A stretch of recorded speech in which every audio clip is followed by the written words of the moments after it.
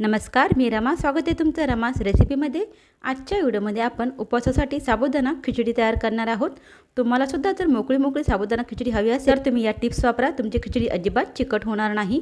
खिचडी बनवण्यासाठी मी एक कढई गरम केली आहे. कढईमध्ये 2 ते 3 चमचे तेल गरम करायचं आहे.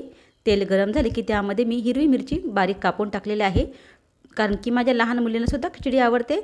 पण जर तुम्हाला हिरव्या मिरच्या बारीक कापून अशा नको असतील तर तुम्ही 2 उभ्या अशा मिरच्या कापून टाकू शकता. जर तुम्ही जिरे खात असाल उपवासाला तर तुम्ही जिरेसुद्धा टाकू शकता. मी एक कच्चा बटाटा त्याच्यावरची साल काढलेली आहे. कच्चा बटाटा बारीक असा मी कापलेला आहे, पातळसा, आणि पाण्यामध्ये ठेवला होता. तो बटाटा मी यामध्ये टाकणार आहे. पाणी त्यातलं सर्व काढले मी आणि फक्त बटाटा टाकायचा आहे. तुम्ही उकडलेला बटाटासुद्धा यामध्ये वापरू शकता, पण कच्चा बटाटा मी वापरते जेणेकरून खिचडीची जी चव आहे ना खूप छान होते. त्यानंतर आपण याला स्लो टू मिडियम गॅसवरती छान असं परतून घेणार आहोत.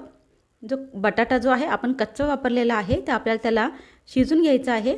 झाकून ठेवूया आणि स्लो टू मिडियम गॅसवरती आपण त्याला तळून घेणार आहोत. तर मी एक मोठी वाटी घेतली होती साबुदाणा आणि त्याला 4 ते 5 पाण्याने मी स्वच्छ धुवून घेतलं होतं. त्याचा जो स्टार्च आहे तो पूर्ण स्टार्च आपल्याला काढायचा आहे, कारण की तो जो स्टार्च आहे ना त्याच्यामुळेच आपली जी साबुदाणा खिचडी आहे ती एकदम चिकट होते. आणि त्यानंतर साबुदाणा भिजेल इतकंच पाणी टाकायचं आहे आणि तो आपल्याला रात्रभर किंवा 6 तास ठेवायचा आहे, जेणेकरून साबुदाण्याच्या आतपर्यंत पाणी जाईल आणि साबुदाणा छान असा सॉफ्ट असा होईल. साबुदाणा आपण हाताने मोकळा करून घेतलेला आहे. यामध्ये आपण शेंगदाण्याचा कूट टाकणार आहोत. मी शेंगदाणे भाजून घेतले होते लालसर आणि त्याच्यानंतर मी जाडसर असे मिक्सरमध्ये हे शेंगदाणे वाटून घेतलेले आहेत. यामध्ये आपण चवीनुसार मीठ घालायचं आहे. थोडंसं मीठ ठेवून द्यायचं आहे आणि हे सर्व हाताने व्यवस्थितपणे मिक्स करून घ्यायचं आहे. जेव्हा आपला जो शेंगदाण्याचा कूट आहे आपण साबुदाण्याला व्यवस्थितपणे असा लावून घेतो ना त्याच्यामुळे काय होतं, साबुदाणा चिकट होत नाही. तर छान असं मिक्स करून झालेलं आहे. बटाटेसुद्धा आपण फ्राय केले तर ते पाहूया कच्चे आहेत का. तर बटाटे आणखीन कच्चे आहेत. मी गॅस लो केला होता. सर्व व्यवस्थितपणे आपण अशा पद्धतीने हलवून घ्यायचं आहे. बटाटा कच्चा आहे तर तो खाली तळाला लागू शकतो, त्याच्यामुळे मी गॅस स्लोच ठेवला होता. आता यामध्ये आपण जे थोडंसं मीठ ठेवलं होतं ते यामध्ये ॲड करायचं आहे, जेणेकरून बटाट्यालासुद्धा छान अशी टेस्ट येईल. व्यवस्थितपणे आपण हे मिक्स केलं आहे. आता यानंतर आपण पुन्हा हे झाकून 2 ते 3 मिनटं ठेवणार आहोत, जेणेकरून जो बटाटा आहे छान असा शिजला पाहिजे.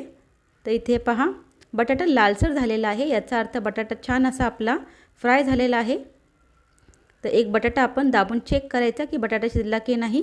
बटाटा शिजला असेल की त्यानंतर आपण जे साबुदाणा रेडी करून ठेवला होता ते सर्व यामध्ये आपण घालायचं आहे आणि पुन्हा हे व्यवस्थितपणे मिक्स करून ठेवायचं आहे. गॅस लो टू मिडियम ठेवायचा आहे.